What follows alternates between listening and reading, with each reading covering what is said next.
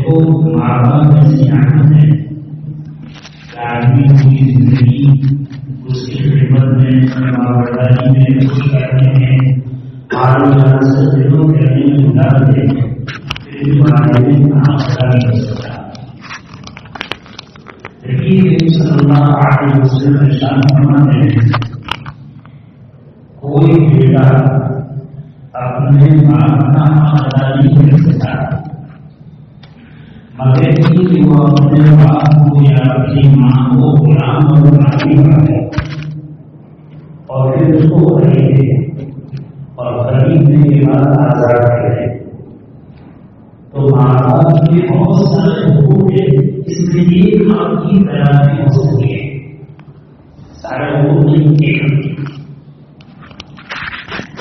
تو دیکھو کسی آدمی کا غلام اور باندی ہونا، پہلے زمانے میں غلام اور باندی کا رواج بہت تھا.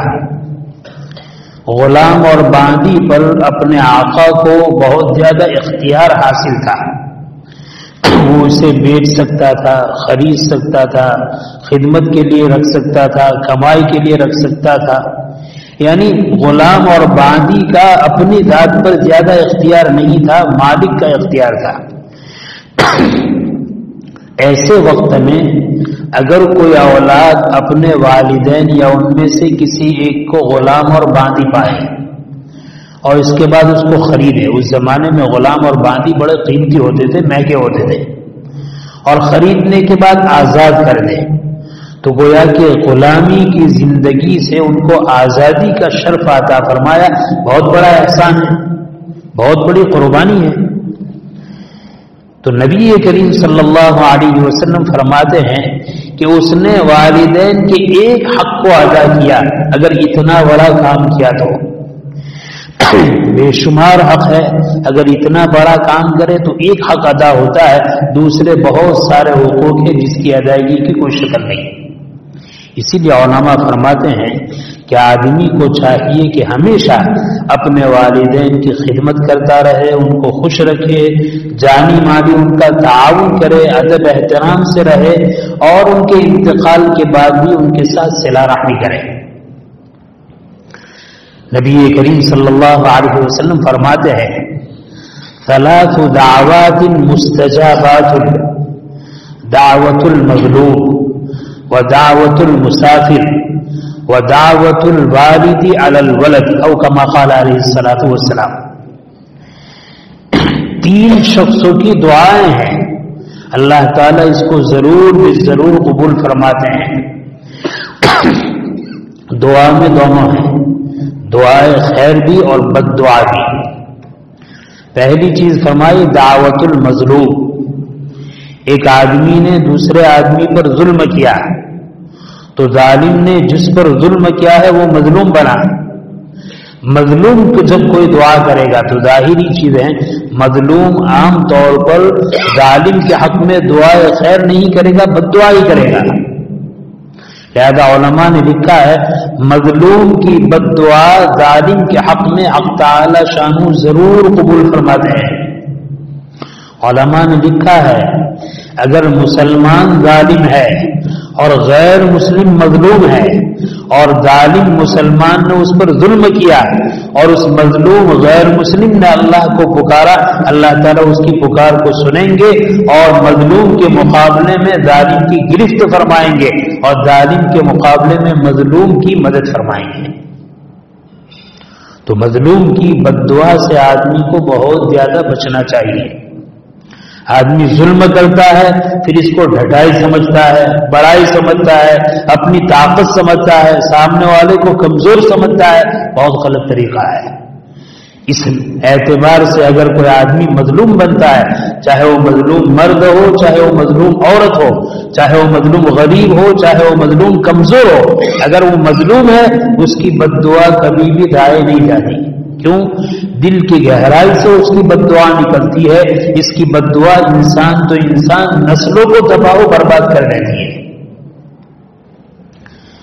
دوسری چیز ارشاد فرمائی دعوت المسافر.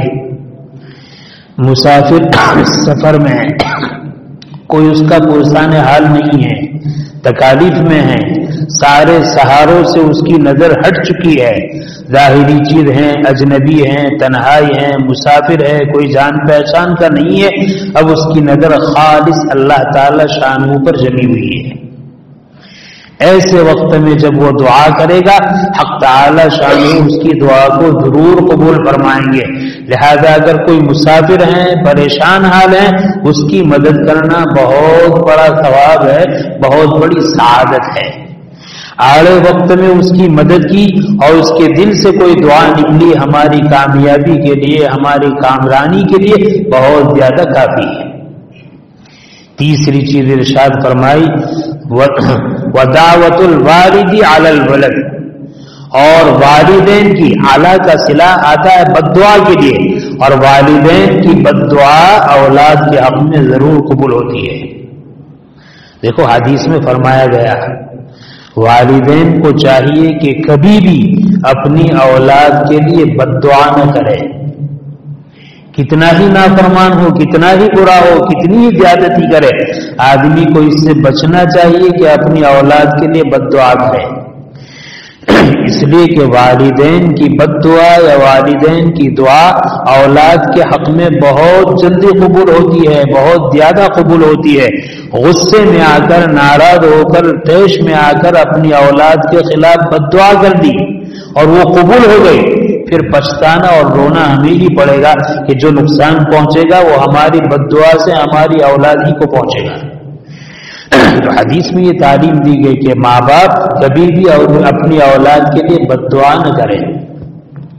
اس کے بعد اس حدیث میں فرمایا گیا کہ اولاد کے حق میں والدین کی بد دعا بہت قبول ہوتی ہے۔ کیا معلوم ہوا؟ معلوم ہوا کہ عام طور پر والدین اپنی اولاد کے لیے بد دعا نہیں کرتے، چاہے کتنا ہی ستائے، کتنا ہی دکھ پہنچائے، کتنی ہی تکلیف پہنچائے۔ ہاں کبھی ایسا ہوتا ہے کہ والدین تنگ آ چکے ہیں، عاجز آ چکے ہیں، پریشان ہو چکے ہیں، تکلیف اٹھاتے اٹھاتے قابو سے باہر ہو چکی ہے، ہو سکتا ہے کہ ایسے عالم میں بے انتہا مجبور اور پریشان ہو کر وہ بد دعا کر دے۔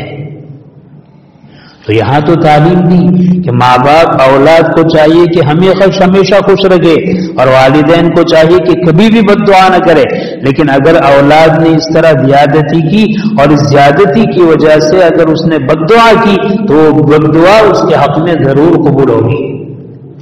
اور جس طرح والدین کی بد دعا اپنی اولاد کے حق میں قبول ہوتی ہے، اسی طرح والدین کی دعائیں بھی اپنی اولاد کے حق میں بہت قبول ہوتی ہے۔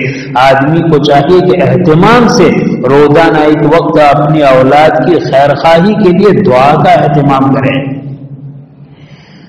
عام طور پر تو ہم اولاد کے لیے دعا کرتے نہیں ہیں، اور اگر کبھی توفیق ہو جاتی ہے تو صرف دنیا مانگتے ہیں، آخرت نہیں مانگتے۔ دنیا آخرت کی نعمت اور بھلائی اپنی اولاد کے لیے مانگنا چاہیے۔ نبی کریم صلی اللہ علیہ وسلم نے ارشاد فرمایا کہ والدین کی دعا اولاد کے حق میں قبول ہے، لہذا آدمی کو چاہیے کہ ایسے کام کرے، ایسی خدمت کرے، ایسے کارنامے انجام دے کہ بغیر درخواست کیے والدین خدمت کے نتیجے میں، مدد کے نتیجے میں خود دعائیں دیں۔ ایک ہے دعا کی سفارش کرنا، درخواست کرنا، اور ایک ہے ایسے کام کرنا کہ والدین خوش ہو کر خود دعا کریں۔ درخواست پر دعا ہے وہ بھی قبول ہے، لیکن بغیر درخواست کے خدمت پر جو دعا ہوتی ہے وہ دعا بہت ہی زیادہ نافع اور مفید ہوتی ہے۔ یہ تو والدین کا حال تھا۔ نبی کریم صلی اللہ علیہ وسلم کی تعلیمات تو یہ بتاتی ہے کہ والدین کے بھائی بہنوں کے ساتھ بھی صلہ رحمی کرنی چاہیے۔ عمرۃ القضاء کے موقع پر آپ صلی اللہ علیہ وسلم عمرے کے لیے نکلے، مکہ والوں نے روک دیا، دوسرے سال آپ قضا کے لیے نکلے، آپ نے دوسرے سال عمرے کی قضا کی۔ جب قضا کر کے مکہ مکرمہ سے مدینہ منورہ لوٹنے لگے تو حضرت حمزہ رضی اللہ تعالی عنہ کی بیٹی چچا چچا کہہ کر آپ کو پکارنے لگی۔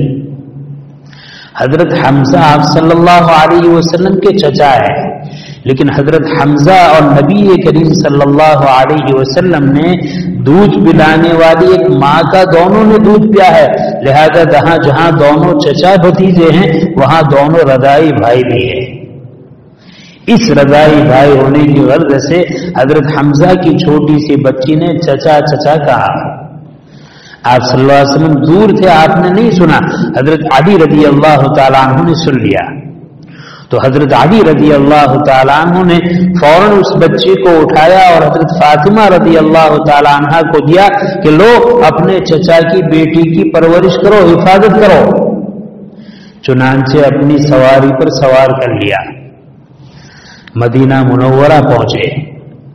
جب مدینہ منورہ پہنچے تو دیکھو حضرات صحابہ رضی اللہ تعالیٰ عنہم نے دین کو کیسا قبول کیا تھا، طبیعت دین والی کیسی تھی، مزاج شریعت والا کیسا تھا۔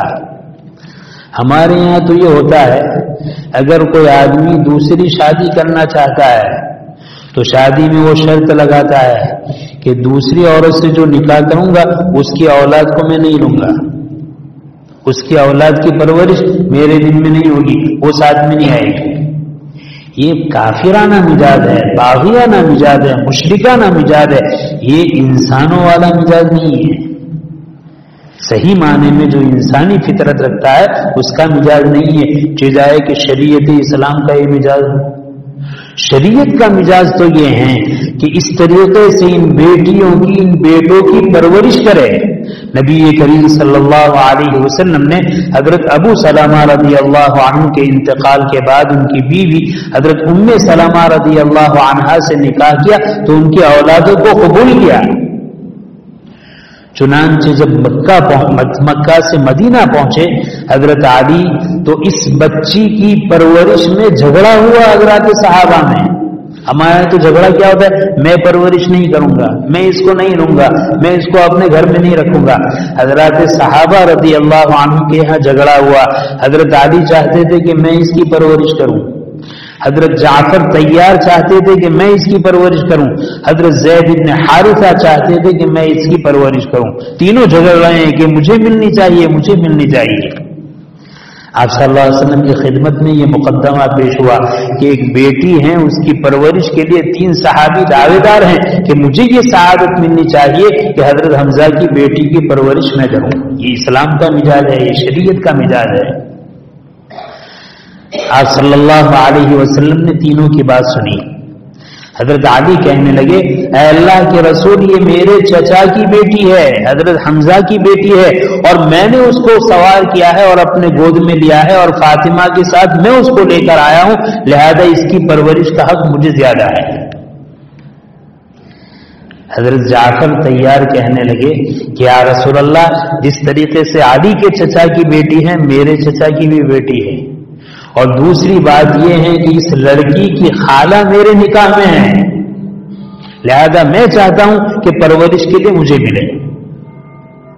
حضرت زید بن حارثہ رضی اللہ عنہ نے فرمایا کہ واقعی میں علی کے چچا ہے اور اسی طرح جعفر تیار کے چچا ہے، لیکن حضرت حمزہ میرے دینی بھائی ہے، دینی بھائی کا تقاضا یہ ہے کہ وہ مجھے ملے۔ دیکھو دین کی نسبت سب پر غالب ہے۔ ادھر یہ پیش کیا کہ ان کے تو چچا کی بیٹی ہے، میرے تو دینی بھائی کی بیٹی ہے، یعنی دینی بھائی کا ہونا چچا سے بڑھ کر ہے، وہ معاشرہ اتنا پاکیزہ تھا۔ چنانچہ نبی کریم صلی اللہ علیہ وسلم نے تینوں کی بات سنی اور حضرت حارثہ سے فرمایا حارثہ تو میرا غلام ہے، میرا غلام ہے، میں تیرا آقا ہوں، تو مجھ سے ہے میں تجھ سے ہوں، تو میرا دینی بھائی ہے۔ اور حضرت علی رضی اللہ تعالیٰ عنہ سے فرمایا انت منی وانا من، تو مجھ سے ہے میں تجھ سے ہوں، یعنی میرا تیرا بہت قریبی تعلق ہے، تو میرا داماد ہے، میرا بھتیجا بھی ہے، چچا زاد بھائی بھی ہے اور داماد بھی ہے۔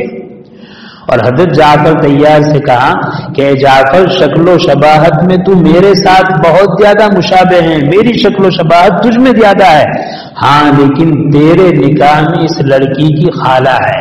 آپ نے فرمایا الخالۃ بمنزلۃ الام، خالہ ماں کے درجے میں ہے، سی کا لفظ ہے نا، سی یہ ترجمہ میں ہوتا ہے جیسا. ماسی کو ماسی کہتے ہیں نا، ماسی کا مطلب یہ بھی خالہ جیسی، ماں جیسی، خالہ ماں جیسی. تو آپ نے فرمایا تیرے نکاح میں اس کی خالہ ہے اور خالہ ماں کے درجے میں ہے، لہذا یہ بیٹی میں تجھے حوالے کرتا ہوں. چنانچہ نبی کریم صلی اللہ علیہ وسلم نے وہ بیٹی حضرت جعفر طیار رضی اللہ تعالیٰ عنہ کو پرورش کے لیے دی. مجھے یہ بتلانا ہے کہ شریعت جہاں ماں باپ کے حسن سلوک کی تعلیم دیتا ہے، وہاں ماں باپ کے بھائی بہنوں کے ساتھ بھی حسن سلوک کی تعلیم دیتا ہے.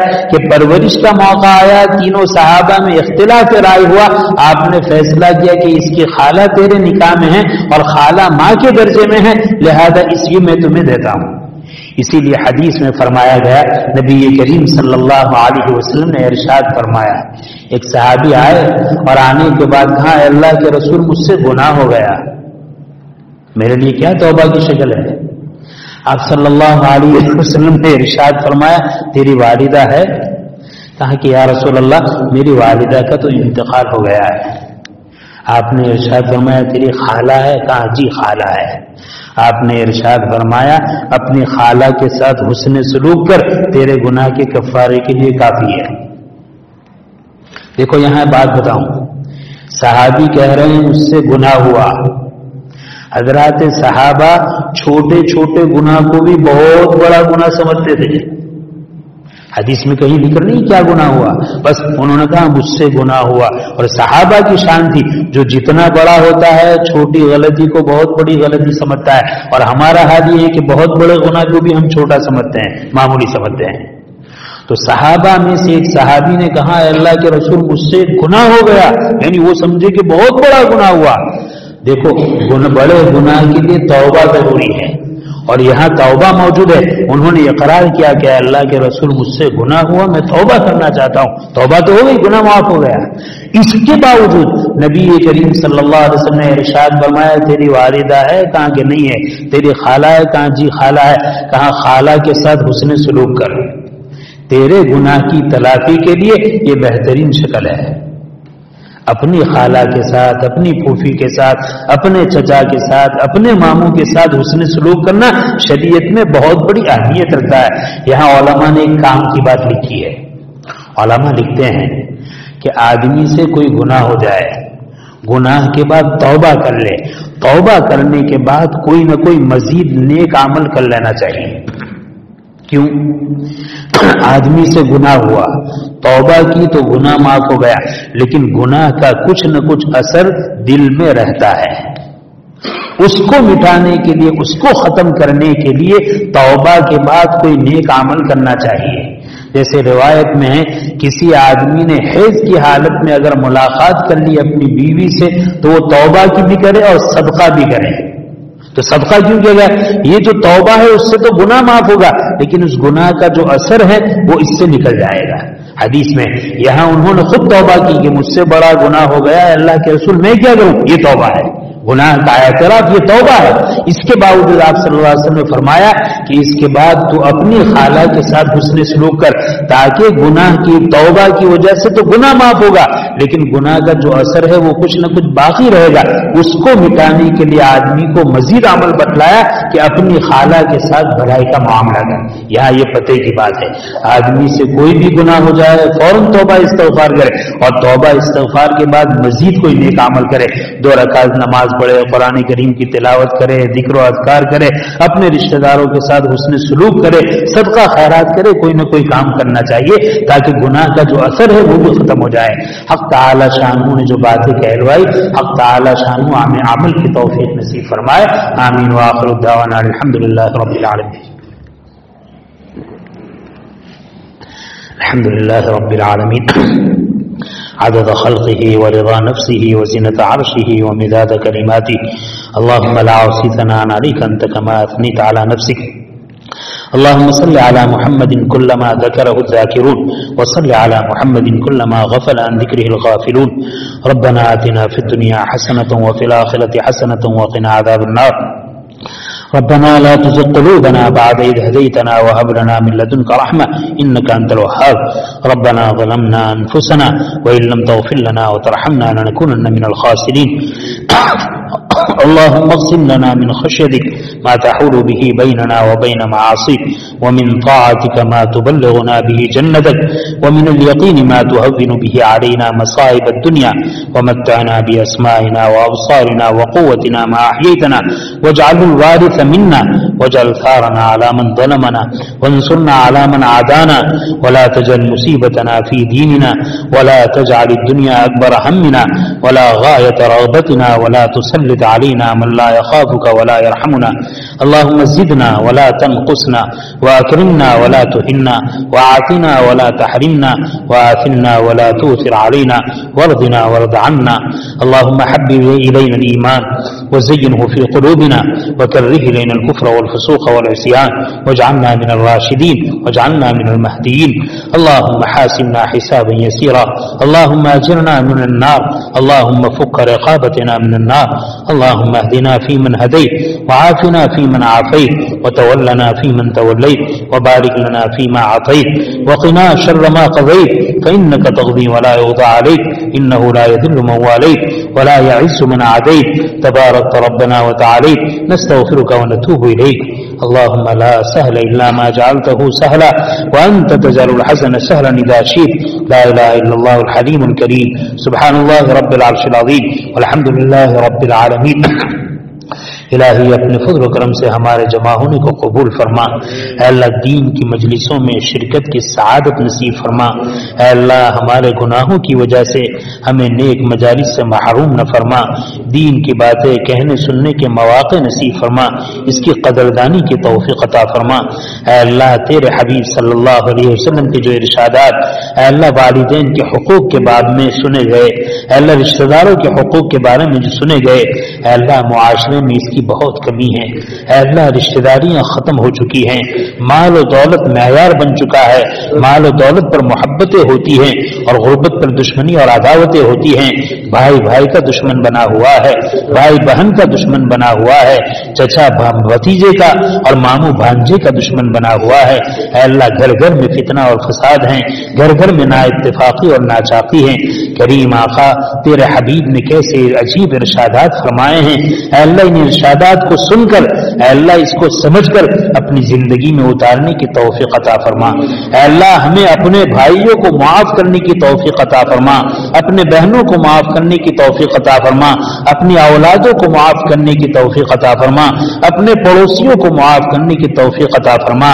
اے اللہ جو ہمیں اپنا دشمن سمجھتے ہیں اے اللہ اسے بھی اے اللہ معاف کرنے کی ہمیں توفیق عطا فرما اے اللہ ہمارے دلوں میں وسعت عطا فرما اے اللہ ہمدردی عطا فرما غم خاری عطا فرما نا اتفاقی اور ناچاکی کو ختم فرما اے اللہ امت نا اتفاقی اور ناچاکی کی وجہ سے تیری رحمت کے وافر حصے سے محروم ہے اے اللہ پریشانیوں کو دور فرما اے اللہ ہم پریشانیوں کی دوری کی شکایت کرتے ہیں لیکن اسباب محبت کو ترک کیے ہوئے ہیں اے اللہ کوئی دوسرے سے جھکنے کے لیے تیار نہیں ہے کوئی دوسرے سے تعلق جوڑنے کے لیے تیار نہیں ہے اے اللہ غیبتیں عام ہیں چغلیاں عام ہیں الزام اور بہتان تراشیاں عام ہیں ایک دوسرے کی عزت پر حملے ہو رہے ہیں اے اللہ ان خرابیوں کو ہماری زندگیوں سے نکال دے ہمارے معاشرے سے نکال دے ہمیں صحیح مومن بن کر رہنے کی توفیق عطا فرما اے اللہ تیرے نبی کا صدقہ مہاجرین اور انصار میں کیسی اخوت قائم کی تھی اے اللہ انہوں نے اپنا گھر بار پیش کر دیا اپنی بیویوں کو پیش کر دیا اے اللہ ہمیں بھی ہمدردی عطا فرما غم خاری عطا فرما دلوں سے حسد کو بغض کو عداوت کو کینے کو ختم فرما اے اللہ اصلاح کی توفیق عطا فرما ہمیں اپنی غلطیوں کا احساس نصیب فرما اے اللہ اپنی غلطی کو ہنر سمجھنے سے ہماری حفاظت فرما اپنی غلطیوں پر اکڑنے سے ہماری حفاظت فرما حد درمی اور ضد سے ہماری حفاظت فرما کبر اور تکبر اور نخوت سے ہماری حفاظت فرما اے اللہ ہر عادات فاضلہ سے ہمیں اخلاق فاضلہ سے مالا مال فرما عادات رزیلہ سے ہماری حفاظت فرما اے اللہ ہمیں ہماری نسلوں کو اور پوری پوری امت مسلمہ کو عقائد حقہ، علوم نافعہ، اعمال صالحہ، اخلاق فاضلہ سے مالا مال فرما۔ اے اللہ ہمیں اور ہماری نسلوں کو اے اللہ عقائد باطلہ، علوم فاسدہ، اعمال قبیحہ، عادات رذیلہ سے ان کی حفاظت فرما۔ اے اللہ مسلمان کو مسلمان بن کر رہنے کی توفیق عطا فرما۔ اے اللہ ہمارا اس بات پر اعتراف ہے کہ ہماری بدعملی کی وجہ سے لوگ اسلام قبول کرنے سے دور جا رہے ہیں۔ اے اللہ اگر ہماری زندگیوں میں صحیح اسلام ہوتا، ہماری زندگیوں میں صحیح ہمدردیاں ہوتی، ہماری زندگیوں میں آپ صلی اللہ علیہ وسلم کا طریقہ ہوتا، تو لوگ اے اللہ جو اپنی انسانیت کی پریشان حال زندگی سے دو چار ہیں وہ اسلام کو قبول کرتے، اسلامی اخلاق کو قبول کرتے، اسلامی معاشرے کو قبول کرتے۔ اے اللہ ہم نے ہی اس کی ناقدری کی ہے، اے اللہ ہمیں معاف فرما، اے اللہ ہمیں معاف فرما، اے اللہ ہمیں صحیح سمجھ نصیب فرما زندگی کے ہر شعبے میں۔ اے اللہ نبی کریم صلی اللہ علیہ وسلم کی سنتوں کو زندہ کرنے کی توفیق عطا فرما، سعادت نصیب فرما۔ اے اللہ کینے کو ختم فرما، حسد کو ختم فرما، بغض کو ختم فرما، عداوت کو ختم فرما۔ اے اللہ اپنے آپ کو کچھ سمجھنے کو، اے اللہ تکبر کو ختم فرما۔ اے اللہ ہمیں عاجزی انکساری نصیب فرما۔ اے اللہ تیری ذات کے بارے میں حب فی اللہ بغض فی اللہ نصیب فرما۔ اے اللہ تیرے لیے دوسروں سے ہمدردی اور غمخواری نصیب فرما۔ اے اللہ آج کی محبتیں مال و دولت کی بنیاد پر ہوتی ہیں، عہدے اور منصب کی بنیاد پر ہوتی ہیں۔ اے اللہ ہمیں ایسی محبت نہیں چاہیے۔ اے اللہ ہم تو ایسی محبت چاہتے ہیں جو آپ کی رضا کی بنیاد پر ہو، آپ کی رضامندی کی بنیاد پر ہو، آپ کی خوشی کی بنیاد پر ہو۔ اے اللہ ایسی ہمدردی اور ایسی رضامندی نصیب، ایسی اے اللہ غمخواری نصیب فرما۔ اے اللہ امت کے کام آنے کی توفیق عطا فرما۔ اے اللہ امت کے پریشان حالوں کی پریشانیوں کو دور فرما۔ بیواؤں، یتیموں، کمزوروں، غریبوں، ناداروں کی اے اللہ مدد کرنے کی توفیق عطا فرما۔ نامنعود اور ریا سے بچنے کی توفیق عطا فرما۔ ہر خیر کو مقدر فرما، ہر شر سے حفاظت فرما۔ اے اللہ ہمیں صحیح سمجھ نصیب فرما۔ اے اللہ ہمیں صحیح سمجھ نصیب فرما۔ اسلام اور اہل اسلام اور علماء اسلام کا مقابل بننے سے اور مخالف بننے سے ہماری حفاظت فرما۔ اے اللہ خیر کو مقدر فرما۔ اے اللہ جہاں پر ہم نے اپنے اہل علم کی بات سے بغاوت کی ہے، اسلام کا سودا کیا ہے، اے اللہ ہمارے ایمان کی حفاظت فرما۔ ہم کمزور تھے، کمزور ہیں، دشمن بڑا قوی ہے، نفس قوی ہو چکا ہے، اے اللہ بچنا بظاہر مشکل ہے۔ اے اللہ آپ کی مدد شامل حال ہو تو کوئی مشکل ہی نہیں ہے، اور آپ کی مدد نہیں رہی تو اے اللہ پھسلنا بالکل آسان ہے، گمراہی بالکل آسان ہے۔ اے اللہ رحم فرما، فضل فرما، کرم فرما۔ اے اللہ پوری امت کی ہدایت کے فیصلے فرما، پوری امت کی بخشش کے فیصلے فرما، پوری امت کے اے اللہ ہدایت پر آنے کی شکلیں اور صورتیں پیدا فرما۔ اے اللہ بے نمازیوں کو نماز کا اہتمام نصیب فرما، روزہ چھوڑنے والوں کو روزوں کا اہتمام نصیب فرما، زکات نہ دینے والوں کو زکات کی ادائیگی کا اہتمام نصیب فرما، جن کے دن میں حج فرض ہو چکا ہے اور ابھی تک حج نہیں کر سکے ہیں، اے اللہ حج مبرور کی دولت سے مالا مال فرما۔ اے اللہ زندگی میں سارے فرائض، سارے واجبات اور ساری سنتوں کو ادا کرنے کی سعادت نصیب فرما۔ اے اللہ ہمیں حرام سے، حرام کاری سے، حرام خوری سے، اے اللہ مکروہات تحریمی سے زیادہ بچنے کا اہتمام نصیب فرما۔ اے اللہ ہمیں اپنا قرب نصیب فرما، اپنا تعلق نصیب فرما، اپنی محبت نصیب فرما۔ اے اللہ ہم نے آپ کو چھوڑ کر غیروں کی محبت اپنے دل میں بسائی ہے، کہیں دنیا کی محبت ہے، کہیں ناجائز تعلقات کی محبت ہے، کہیں اغیار کی محبت ہے، کہیں اے اللہ امت کی نوجوان خواتین کی محبت ہے۔ اے اللہ سب کچھ ہمارے دل کو تباہ کر چکی ہے۔ اے اللہ دل کو ان رذائل سے پاک کر دے، اے اللہ دل کو ان رذائل سے پاک کر دے، اور ہمیں اپنی محبت عطا فرما، اپنی معرفت نصیب فرما، نبی کریم صلی اللہ علیہ وسلم کا عشق نصیب فرما، آپ کی سنتوں سے محبت نصیب فرما، قرآن اور عظمت قرآن نصیب فرما، شاعر اسلام سے محبت عطا فرما۔ اے اللہ ہم نے جو کچھ مانگا وہ بھی عطا فرما، جو کچھ رہ گیا اپنے فضل سے اس سے بڑھ کر اور بہتر عافیت کے ساتھ بے مانگے نصیب فرما۔ الہ العالمین ہماری دعا کو اپنے فضل و کرم سے، اپنے اسماء حسنہ کی برکت سے اور حضرات انبیاء اور رسول علیہ الصلوۃ والسلام کے صدقہ توفیق قبول فرما۔ ربنا تقبل منا انك انت السميع العليم وتب علينا انك انت التواب الرحيم وصلى الله تعالى على خير خلقه سيدنا ومولانا محمد وآله وصحبه اجمعين آمين برحمتك يا ارحم الراحمين۔